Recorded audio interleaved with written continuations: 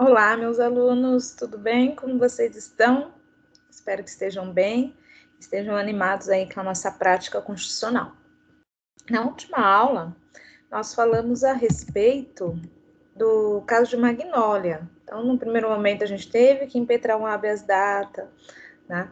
Pois tivemos que impetrar um mandado de segurança lá para conseguir os medicamentos. Num terceiro momento, nós tivemos que providenciar um recurso ordinário constitucional, em virtude aí da negativa do tribunal na concessão desses medicamentos para Magnólia. Bom, a gente conseguiu resolver o caso de Magnólia, mas a justiça não para e a defensoria pública também não.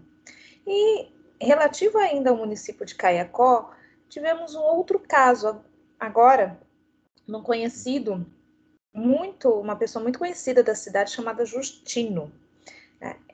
Justino, ele gosta muito da cidade, tem um amor muito grande por sua cidade, né? E ele quer preservar, quer manter um local agradável. E então ele vive engajado aí nesse objetivo. Para tanto, ele constituiu aí no ano de 2000 uma associação, né, uma associação de moradores unidos de Caiacó, que hoje conta com mais de 200 associados. Acontece que a cidade de Caiacó tem um patrimônio histórico bem bacana, chamada Colosseu. E esse patrimônio, ele tem muitos turistas, vem muita gente visitar, e atualmente ele está sendo cuidado por uma empresa privada chamada Guararapes Administradora. Então, é uma empresa de administração que foi contratada pela prefeitura para gerir, para administrar, para cuidar desse local aí que é um patrimônio histórico. O Colosseu, ele vem aí da época da colonização portuguesa. Então, é um patrimônio histórico e cultural daquela cidade, certo? Acontece que não está sendo muito bem cuidado, né? Veja que, além de patrimônio histórico, o Colosseu também é local de atração turística, tem bastante gente que vem visitar, né? E ele não está sendo bem cuidado, tá? Não está sendo feitos reparos e a coisa está se perdendo, né? O patrimônio está cada vez causando mais dano, cada vez mais danos ao patrimônio. Justino, né, convocou a associação para falar desse problema, tentou conversar, mas não obteve nenhum resultado, nenhuma resposta, até que eles resolveram ir até a Defensoria Pública. A Defensoria Pública recebeu Justino e os demais diretores lá da associação. De imediato, ela já providenciou um ofício à Prefeitura Municipal, solicitando aí respostas, né? Por que não está sendo feitos reparos, devidos reparos, quais medidas estão sendo tomadas e que faça os reparos. A prefeitura respondeu, dizendo que a administradora não já perguntou para a administradora não respondeu, disse que ia fazer, mas não fez, e ficou aquele jogo de empurra-empurra, tá? Bom, diante desse cenário, vendo a coisa se perdendo, o Justino fica muito preocupado. E aí resolve ingressar com uma medida que seja suficiente para proteger esse patrimônio histórico daquele município. Então, o que nos leva à peça de hoje? A nossa peça hoje é uma ação civil pública. Antes de entrarmos na ação civil pública, a gente precisa saber que existem direitos fundamentais, individuais, direitos sociais, segunda geração, e direitos fundamentais de terceira geração, né, que são de fraternidade. Esses direitos de terceira geração diz respeito aos direitos difusos e coletivos. E a ação civil pública, ela vai ingressar exatamente nesse aspecto. Então, primeiro a gente precisa saber qual é a diferença entre direitos difusos e coletivos para poder identificar isso no nosso caso. Então, o que é um direito difuso? O direito difuso é onde os titulares do direito são indetermináveis. É indeterminado e indetermináveis. Eu não consigo saber quem é o dono desse direito. Já nos direitos coletivos, são direitos que pertencem a um grupo de pessoas indeterminadas, porém determináveis. E os direitos individuais homogêneos são direitos que pertencem a pessoas determinadas, as pessoas certas. Vamos especificar um pouquinho mais para ficar um pouco mais claro. Então, eu coloquei para vocês um quadrinho, que inclusive você já tem acesso ao material de vocês, ele está lá, que diz assim, olha, tanto os direitos difusos, quanto os coletivos, quanto os homogêneos, são direitos transindividuais, porque não pertence só ao indivíduo que o pleiteia, pertence a outros também. Só que aí, esse direito tem naturezas diferentes em cada uma dessa categoria. Enquanto, por exemplo, lá nos interesses difusos e coletivos, o objeto ele é indivisível, porque pertence ou a toda a coletividade ou a toda a categoria, ou a todas as pessoas ou a todo o grupo, nos direitos individuais, eles são divisíveis. Por isso que eu falo que é direitos individuais homogêneos. Por mais que pertença a várias pessoas ao mesmo tempo, cada um pode pleitear sozinha a sua parcela, aquele direito que lhe deve. Vamos dar um exemplo para ficar mais claro. Por exemplo, o caso de consumidores que adquiriram um veículo da Honda, tá? Um carro da Honda. Veja que a matéria de direito do consumidor é uma matéria de direito difuso. Porém, quando eu estou falando especificamente de um vício no produto Honda, do carro Honda, eu estou falando somente daquelas pessoas que compraram esse carro e que sofreram com o vício. Então, veja que é transindividual porque o direito pertence a todos os compradores do veículo Honda. Porém, ele é divisível porque se cada comprador quiser pleitear sozinho o seu direito, ele pode. Se quiser pleitear de forma desconsorte, também pode. Se quiser procurar um órgão público, uma defensoria, o grupo de consumidores procurar a defensoria, também vai poder. Então, veja, por isso que eles são divisíveis. Por mais que o objeto pertença a toda a categoria de compradores, de consumidores que compraram o veículo, um só consumidor pode pleitear o direito sozinho. Diferente dos direitos coletivos e difusos, né? No direito coletivo, por ser indivisível, pertence a todos. Então, o direito é para todos. Lá no individual homogêneo, o direito é só para um. No coletivo, também, o direito coletivo diz respeito ao direito daquela coletividade, daquele grupo. Então, aquele direito pleiteado não vai ser só de uma pessoa, vai ser para todos que pertencem àquele grupo. Tá? Então, essa é a natureza do objeto. O objeto, nas ações que versam sobre direito difuso e coletivos, o objeto é indivisível. Nas ações que versam sobre direito individual homogêneo, esse objeto é divisível, tanto que ele pode pleitear individualmente. Quem é titular desses direitos? Os direitos difusos pertencem a pessoas indeterminadas, a todos ao mesmo tempo. Eu não consigo nomear as pessoas que são possuidoras desse direito. Por exemplo, o meio ambiente, o ar, a água, todos esses são direito à cultura, ao patrimônio urbano, ao patrimônio histórico. Todos esses são direitos da sociedade como um todo, do povo, da nação, dos munícipes, certo?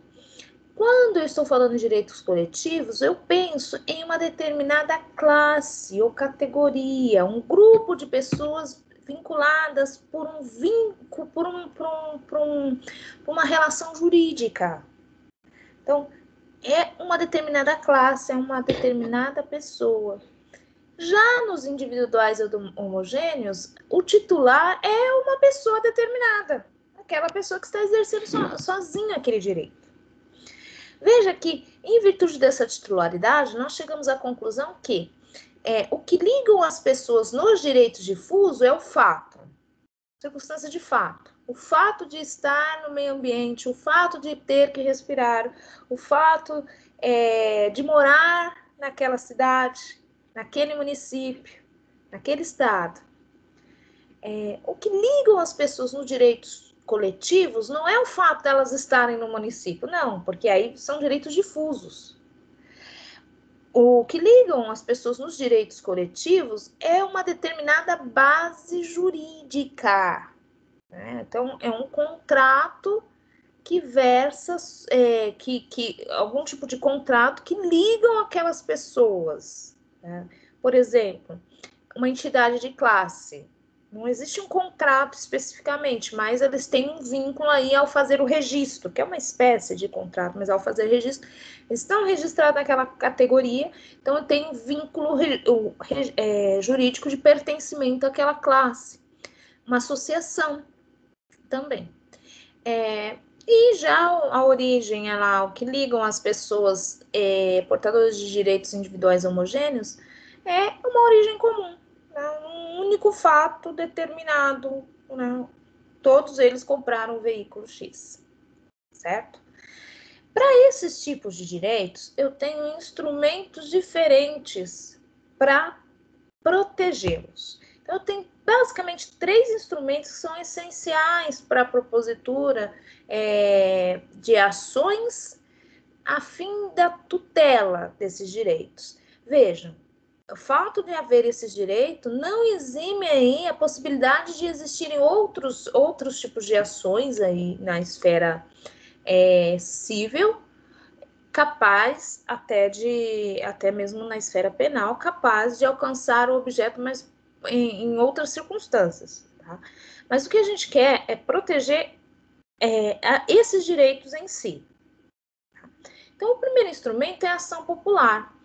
A ação popular, o objeto dele é proteger, né, os direitos difusos e coletivo, meio ambiente, patrimônio histórico, cultural e até mesmo a moralidade administrativa contra qualquer ato ilegal lesivo a esse patrimônio público. Tá? E no mesmo sentido é o objeto da ação civil pública. A ação civil pública tem exatamente o mesmo objeto, que é proteger esse patrimônio. Lá na ação civil pública, a gente pode, o legitimado pode até pedir aí uma indenização, né, por danos morais coletivos, justamente para reparar o dano causado. E o que vai diferenciar uma ação popular de uma ação civil pública? O legitimado. Na ação popular, só pode ser proposta por um cidadão, uma pessoa ou até um litisconsórcio com várias pessoas, ativo, né? Com várias pessoas aí, pleiteando a mesma circunstância. Não será uma ação civil pública, porque o cidadão não é legitimado a propor uma ação civil pública. A ACP, como a gente fala, ela pode ser proposta pelo Ministério Público, pela Defensoria Pública, pela União, Estados, Distrito Federal ou municípios, por autarquias, empresa pública, fundação e sociedade de economia mista e uma associação civil com mais de 1 ano de funcionamento. Tá? Essas são as pessoas que podem propor uma ação civil pública. Veja que aqui a gente já começa a identificar por exclusão qual é o tipo da ação. Porque eu não posso propor, no caso de Justino, uma ação popular, porque quem foi procurar a defensoria foi a associação. Então, Justino foi lá no nome da associação, em nome da associação. Tanto que nosso polo ativo vai ser a associação e não Justino. E aí ingressa, veja, foi por meio da defensoria, foi a defensoria quem auxilia a associação, justamente porque é um órgão aí que facilita o acesso à justiça. Tá? E o mandado de segurança coletivo não caberia? Então, nós temos uma pequena particularidade. O mandado de segurança coletivo, ele tende a proteger direito líquido e certo, não amparado por habeas corpus nem por habeas data, contra ato aí de ilegalidade ou abusividade. Ok. Só que a questão é que o direito pleiteado na associação não pertence à associação. Esse é o detalhe. O direito pleiteado pela associação pertence a todos, tanto à associação quanto a todos os moradores do município de Caiacó. Por isso que não cabe um mandado de segurança coletivo, porque não é um direito coletivo que está em questão, mas sim um direito difuso.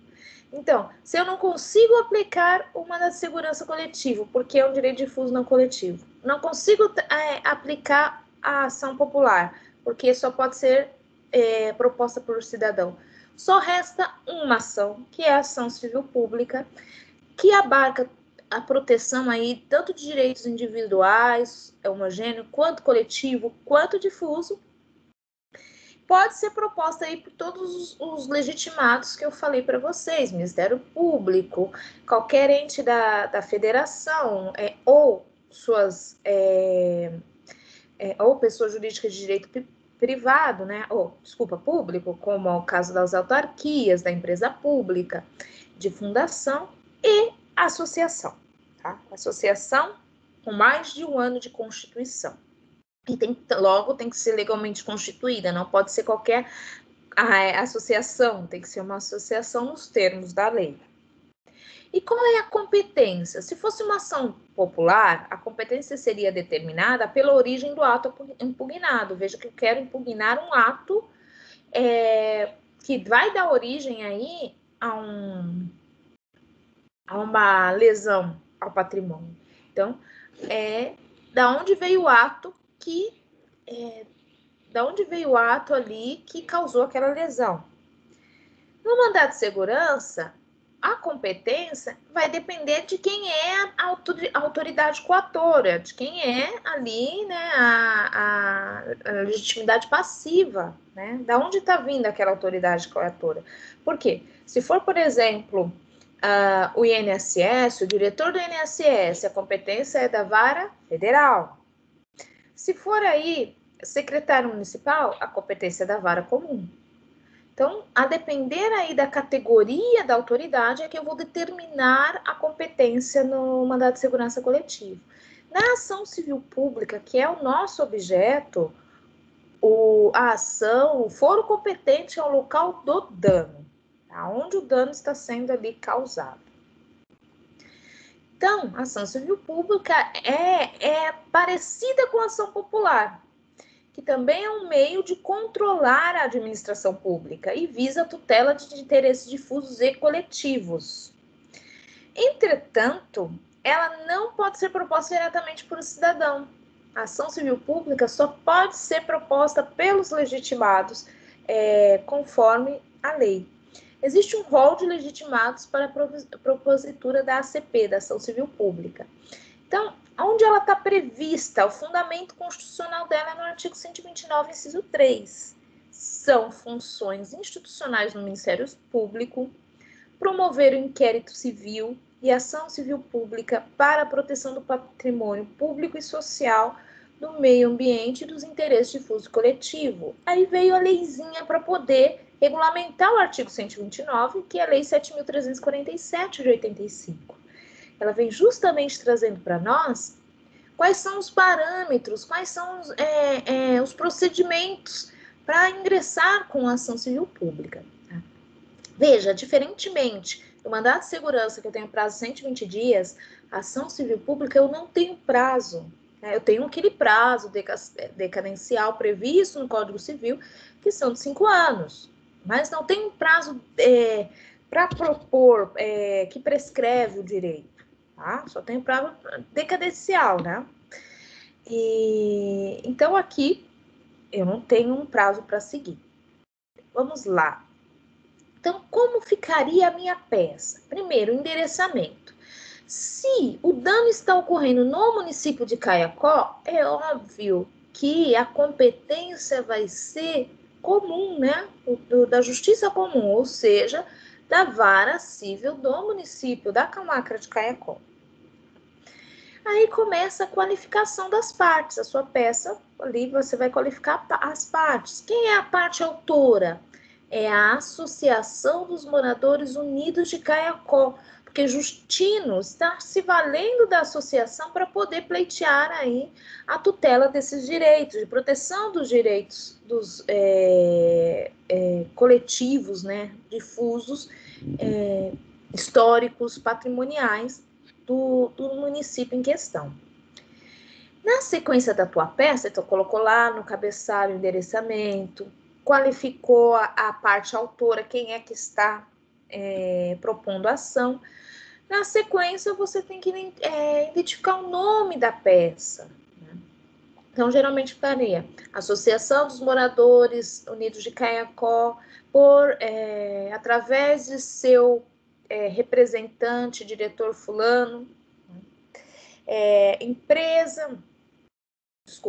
coloquem da seguinte forma: Associação de Moradores Unidos de Caiacó, empresa privada, pessoa jurídica de direito privado, sem fins lucrativos, neste ato representado pelo seu diretor fulano de tal, por meio do seu advogado, né? Vem por meio desta propor ação civil pública com pedido liminar. Aí a gente chega ao terceiro passo, que é o nome da peça e o fundamento. Toda vez que nós colocamos o tipo de ação, pode ser um pouco antes, no parágrafo anterior ou no parágrafo posterior, mas sempre ali, junto com o nome da ação, nós temos que colocar o fundamento, da onde a gente está tirando aquela ação.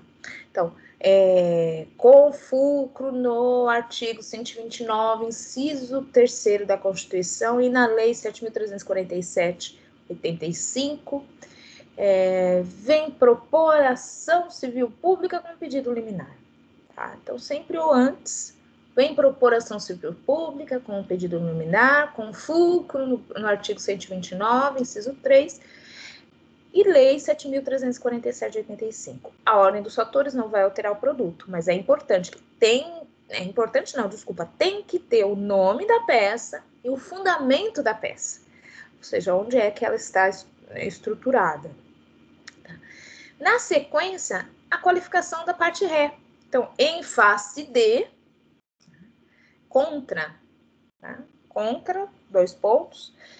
Veja, senhores, aqui eu peço uma especial atenção.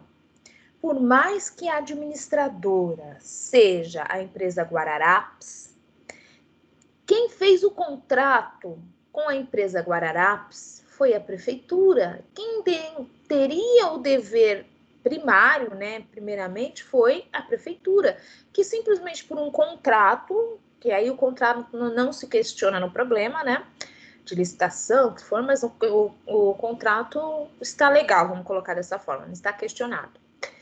Passou essa atribuição para a empresa Guararapes, para poder administrar o Colosseu. Nesse caso, o que eu quero é chamar as duas pessoas para responder essa ação, porque caso uma não faça, a outra vai ter que fazer. Então, eu vou propor essa ação tanto contra a empresa Guararapes, quanto a prefeitura, porque a prefeitura ela é responsável pelo contrato e é responsável, óbvio, pelo patrimônio público, né? E o Colosseu é um patrimônio histórico daquela comunidade. Aí nós fizemos já toda a parte introdutória da nossa peça, né? Toda a qualificação, toda a primeira parte, qualificação, identificação da peça. Agora nós vamos para o corpo da peça. Então, no item 1, aí vocês podem colocar 1, 2, 3, tá? Ou pode até mesmo escrever item 1, item 2, item 3, mas é importante que vocês separem por blocos para não se perder. Eu venho falando isso desde sempre para vocês, desde a primeira peça. Separem por tópicos para não se perderem. Então, o primeiro tópico, a gente vai trabalhar da legitimidade ativa. Ou seja, nós vamos explicar o porquê que a associação tem competência e legitimidade para estar no polo ativo dessa demanda. Senhores, são dois os motivos. Primeiro, que ela está constituída há mais de um ano. E só onde está isso? No artigo 5º da Lei 7.374, que é a lei que fala sobre a CP, sobre a ação civil pública. Segundo motivo, a associação tem a mesma finalidade da lei, que é preservar o patrimônio histórico, cultural e meio ambiente daquele município de Caicó. Então, a associação tem exatamente o mesmo município, ou a mesma finalidade. Veja que quando vocês leem a lei, lá o artigo 5º, ao colocar a associação como legitimado ativo a propor a ação civil pública, ela coloca essas condições, o tempo, né, mais de um ano, e a finalidade. Se for uma associação que não tem natureza nenhuma, vínculo nenhum no seu contrato social, com aquela finalidade a que se vale a ação civil pública, ela não é legitimada a propor. Lembrando que a defensoria tá? Então, pode chegar aí ao ouvido da defensoria e propor essa ação em proteção aí do município, dos bens do município, bens públicos do município. Então, veja, primeiro bloco é o que eu tenho que explicar, tem que explicar a legitimidade ativa. Por que a associação, essa é a resposta, essa é a pergunta que vocês têm que responder. Por que a associação ela é legitimada a propor essa ação, a estar no polo ativo? Justamente porque ela, além de estar legalmente constituída há mais de um ano, o objeto, a finalidade da associação é a mesma finalidade a que se propõe, né, que é essa medida de ação civil pública. Segundo bloco, ou segundo item, o que nós vamos falar? Dos fatos. O que está acontecendo que deu ensejo a essa ação? Na narração dos fatos, vocês vêm dizendo desde a identificação do objeto, falar que o Colosseu é um patrimônio histórico, dizer aí que ele não está sendo protegido como deveria ser. Coloca um pouco mais de informação, fala que ele também é um local turístico, né? E que ele tem que ser cuidado em virtude mesmo de receber esses turistas. E também, aí vocês vão falar que a associação tentou obter resposta junto à prefeitura, junto à administração, e nada foi feito. Foi expedido um ofício à prefeitura, que também disse que a empresa administradora iria fazer, mas também não o fez. Então, sendo bem objetivo, os fatos é você contar a historinha, né? O que deu ensejo a propositura, os fatos que deram ensejo à propositura dessa ação. No item 3, a gente vai falar do direito. Então, quando nós estamos diante do artigo 319, salvo me engano, 319, do CPC, inciso 3, ele fala assim, a petição inicial tem que conter os fatos e fundamentos jurídicos. Fatos jurídicos são as situações que deram ensejo àquele direito, aquele litígio. O direito é a norma jurídica que se encaixa naquele fato. Qual é o direito que está na norma que é aquele fato que está entrelaçado àquele fato? Então, no direito, você precisa explicar a adequação dos fatos à norma constitucional, tá? E também identificar a natureza do objeto nos termos do artigo lá 1º da Lei 7.347. Lembrando, só para ajudar aí, que a gente está falando de patrimônio histórico, tá? Daquele município de Caicó. No quarto pedido, lembra que a nossa ação, vou até retornar aqui, senhores, que a ação é uma ação civil pública, é uma ação civil pública com pedido liminar. Ação civil pública com pedido liminar. Por quê? Porque, veja, o mandado de segurança, ele me permitiria, é um procedimento mais rápido, mais sumário, então as coisas aconteceriam mais rápido. Tanto na ação civil pública quanto na ação popular são procedimentos ordinários, então possibilita a dilação probatória. Então tem todo aquele contraditório, ampla defesa, produção de provas, oitiva de testemunhas. Então pode se tornar um processo moroso. Veja que o bem tutelado, né, o objeto da tutela dessa ação, não pode esperar, porque ele cada vez mais está se deteriorando. Então, é necessário uma medida para que cesse o dano. No caso, o que eu preciso é que a empresa cumpra a obrigação de fazer, que é conservar o bem. Então, nesse caso, eu posso fazer um pedido liminar de antecipação de tutela para o cumprimento da obrigação. Nesse caso, vocês vão precisar explicar o porquê que é urgente, qual que é o perigo da demora, de esperar até o final desse processo. Então, veja que no pedido liminar eu preciso explicar a urgência, né, e o perigo da demora no cumprimento da obrigação de fazer da administradora, que consiste na realização dos reparos necessários para preservar lá o bem patrimonial, né, o bem histórico, que é o Colosseu. E por que eu preciso disso? Porque a degradação deste patrimônio, né, precisa ser parada, ser evitada, ser cessada, para que não haja um dano maior até o final da ação. Já pensou? Eu não sei quanto tempo a ação vai durar. Pode ser que o bem não dure até o final da própria ação. Aí o que acontece? O objeto da ação se perdeu. Aí se houver a deterioração total do bem, o objeto da ação se perde. No item 5 eu passo aos pedidos, e aqui vocês precisam ter uma especial atenção. Leiam a lei 7.347 para poder formular esse pedido, que lá vocês vão ver os detalhes do que tem que ser pedido. Então, primeiramente, qualquer ação eu peço a citação dos réus, né, das partes ré, justamente porque se eles quiserem, eles podem aí exercer seu contraditório, sua ampla defesa, apresentando a respectiva contestação.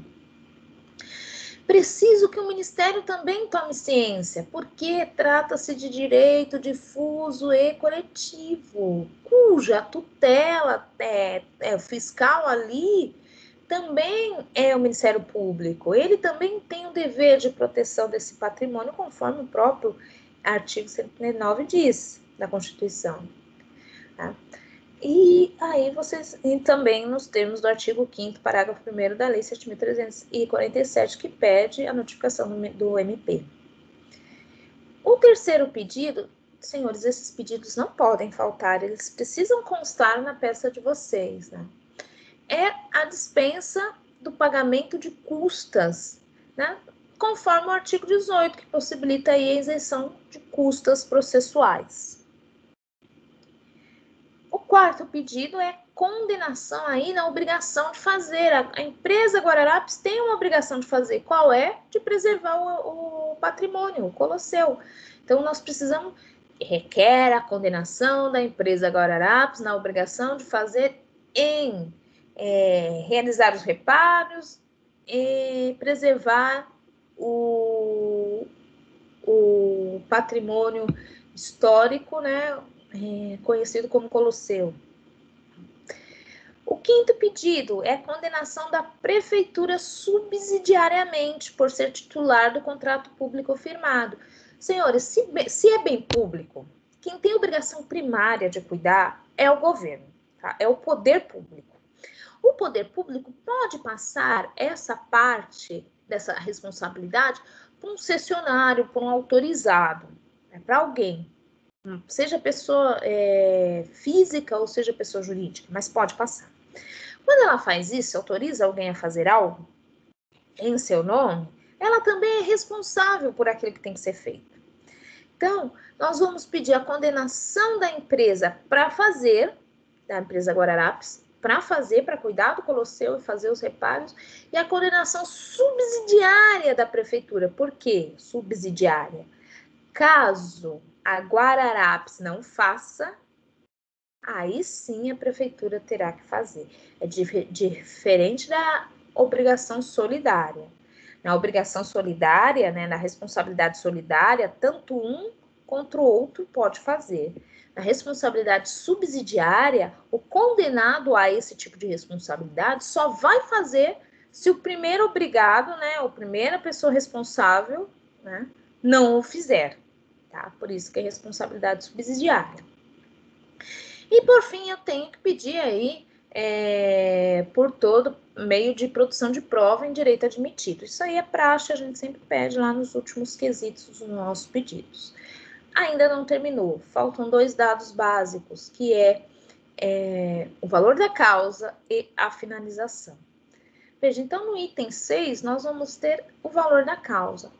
Nesse caso, a gente vai fugir um pouquinho da regra, é um bem que não tem um valor patrimonial determinado, porque é inestimável, tem um valor histórico. Porém, é um bem tem de certo valor econômico, não dá para simplesmente vocês colocarem R$1.000 para fins fiscais, porque realmente foge na natureza econômica. E se por acaso, futuramente, eu tiver que pleitear uma indenização, porque o objeto se perdeu, qual seria o valor dessa indenização? Compreenderam o raciocínio? Então, eu preciso estipular no valor da causa um valor econômico razoável com aquele bem protegido, por mais que ele seja de valor inestimável. Porque se futuramente eu necessitar de uma reparação de danos, eu tenho aí um parâmetro já anteriormente definido. Tá? Então, não me coloque R$1.000, coloque um valor mais ou menos aí condizente com o bem tutelado. Item... Ai, perdão, eu errei o número ali, deveria ser o item 7, finalização. Né? E aí eu tenho local, dia, mês e ano e a assinatura, nome e assinatura do advogado. Só prestem atenção com relação ao ano. O problema traz para vocês o ano de 2018, salvo me engano, 2018. Veja, como a gente está tratando de pedido liminar, nós estamos tratando aí para evitar o perigo, não faria muito sentido vocês virem propor ação hoje. Então, utilize como parâmetro mais ou menos um mês depois da resposta da prefeitura, tá? Então, mais ou menos um mês, 2 meses, para que não fique muito longe a data do evento que está causando dano, tá? Até coloquei aí para vocês, com relação à data, nesse tipo de ação não há um prazo determinado, como no caso do mandado de segurança, que é 120 dias. Porém, por a gente estar pedindo pedido liminar, coloque um prazo razoável aí entre o informe da prefeitura, a resposta da prefeitura daquele ofício e o juizamento da ação, mais ou menos 1 ou 2 meses, creio que 1 mês é o suficiente, para que o juizamento não fique muito distante da ocorrência dos fatos, porque senão não faz sentido uma ação civil pública, tá? E finaliza aí com nome, assinatura e número da ordem do advogado, certo? Só não esqueçam, senhores, que Caiacó é no município do Ceará, tá? Então, o estado lá é Ceará, não coloquem São Paulo, como a gente já viu anteriormente, certo? Meus queridos, era isso que eu tinha para falar para vocês hoje. Espero ter ajudado aí a fazer essa peça de vocês. Contem comigo sempre, a gente se vê no próximo plantão, tá? Fiquem bem, se cuidem, bons estudos, até mais, um beijo. Tchauzinho!